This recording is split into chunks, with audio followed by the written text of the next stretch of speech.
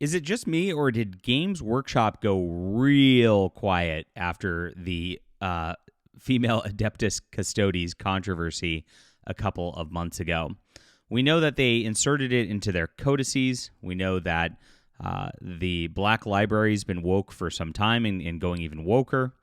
We know that the company is in dire straits as their CFO dumped a bunch of stock right before all this started to come out. And a lot of Warhammer fans have simply walked away from the hobby. Just said, I'm going to 3D print whatever I want from now on. I'm going to use the old rules. Don't need this new garbage, because they know it's going to get worse.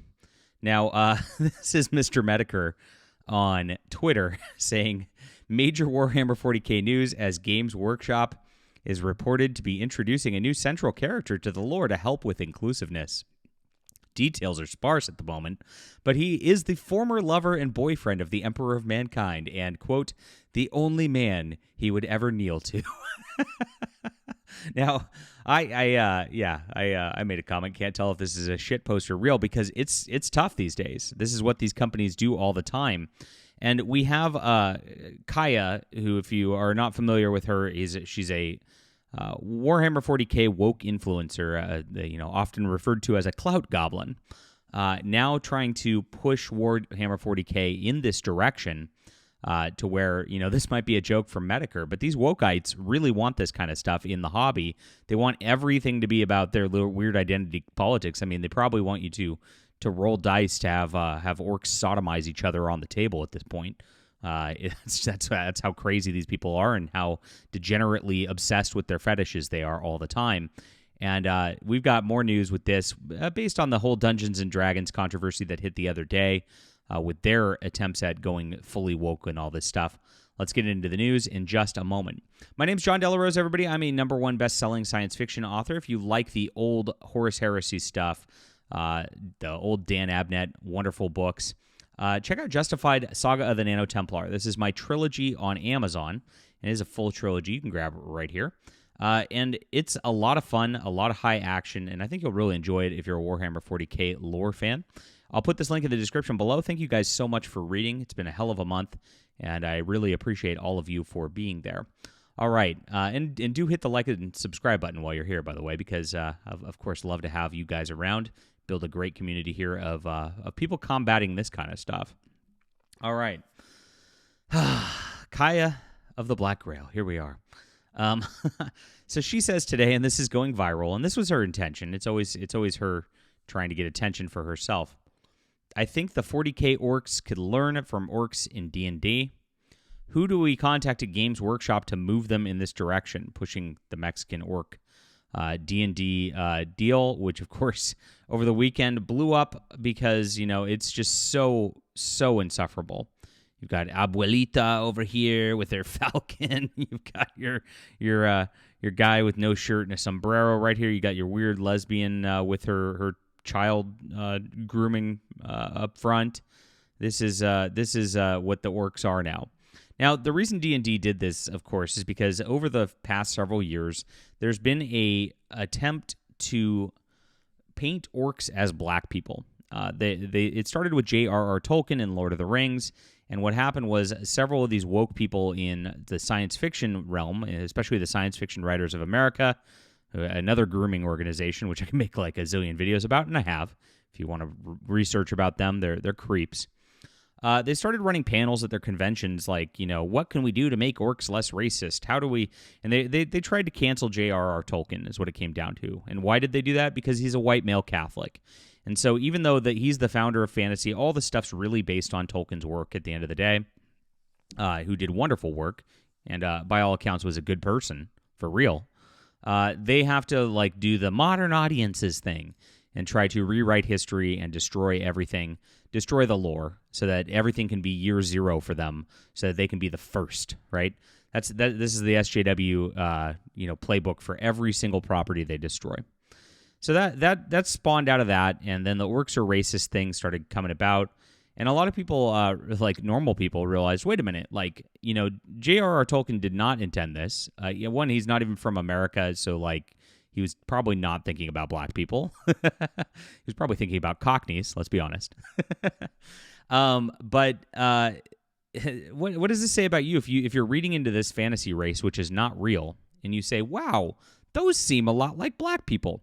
Well, I mean, obviously at that point you're going, well, maybe you're just a little racist if you think that black people are orcs. And that's what it comes down to with the woke people. It's always projection with them, 100%.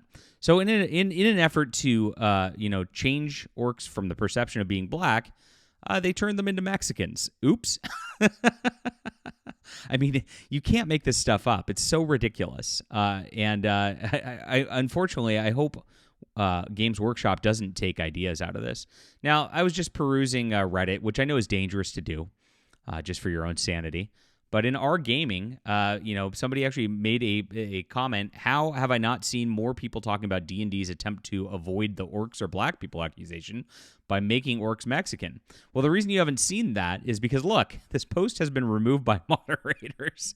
So anytime you actually try to point out like reasonable things, anytime you try to point out the hypocrisy of what the woke people do and how they just ruin everything with their, current year BS, where they want you to just focus hyper on identity politics all the time and even in your like gaming, for tabletop games, for miniatures games, for Star Wars shows, you can't get away from it. You're just bombarded with it 100% of the time. All the while they're screaming about my rights are being taken away. My rights to just be left alone are being taken away. Leave me the hell alone. That's what everybody's saying at this point. But you can't even have a discussion about this without getting banned anywhere. And this is what they do. So it goes back to Kaya, and I pointed out, because Grums actually picked up this tweet and said, gosh, you got to gatekeep these people out of your hobby because every time they come in, they do this kind of stuff. And Kaya actually has the ear of some of these people at Games Workshop. Like, her influence actually does matter. And she does actually push these agendas and get these companies to do stuff. What she's known for most recently is embedding herself in the Trench Crusade Discord. Now, that had another controversy. Trench Crusade is a sort of 40K, well, it's more of a fantasy alternative, where it was all about crusading again. I mean, it is literally about like a Templars fighting a Hellmouth. And so a lot of 40K enthusiasts who were fleeing Warhammer 40K were trying to go to the Trench Crusade and actually use that as an alternative. But the owners decided to virtue signal with that. And their Discord became overrun by SJWs. Kaya actually became a moderator in there. And they had this whole controversy as well, that if you think Trench Crusade's like going to be a better alternative, it's not. They've got, transgender moderators policing people. It's the same sort of thing over and over and over again. And of course, the company made these statements that made it sound like they stood with the woke also. So Kaya is policing people in there, and not only polices people within the Trench Crusade Discord server, which is their official one, but you get policed here. So I got banned because I mentioned that the Discord was getting crazy on Twitter. And, of course, I tried to talk to Kaya because I, of course, always try to dialogue. That you can't with SJWs. I know better. But, I try to do the right thing always. And before I go on blast, I tried to go, hey, what's going on here? Well, after a long conversation, I got banned because I, quote, misgendered the transgender, the dude wearing a dress pretending to be a woman, on one of my videos here. And said, hey, there's this dude pretending to be a woman as a Discord moderator here for Trench Crusade. It's not safe for those who are trying to flee the Wokehammer hobby. And they banned me for that. And she let me know that's the reason for the ban. So thank you, Kaya, for keeping the safe spaces going in wargaming about crusades and bloodthirsty massacres and things like that. Because that needs to be a safe space. But this is where they want to go with it. This is seriously what they want to do. They want to push everything into weird identity politics. Games Workshop might very well listen to this kind of thing, and I could see their orcs getting retconned and changed in the lore. I mean, if they're going to be changing the Adeptus Custodes like they've been doing, do you really think this is going to be any different? I don't know. Hopefully it doesn't gain traction. Hopefully there will be enough backlash just from this just to stop it. But Gosh, these people are insufferable, and they're trying to ruin our hobbies. Leave a comment down below with what you think about this. Hit that like and subscribe button. Make sure to check out Justified Saga of the Nano Templar. We'll be back soon.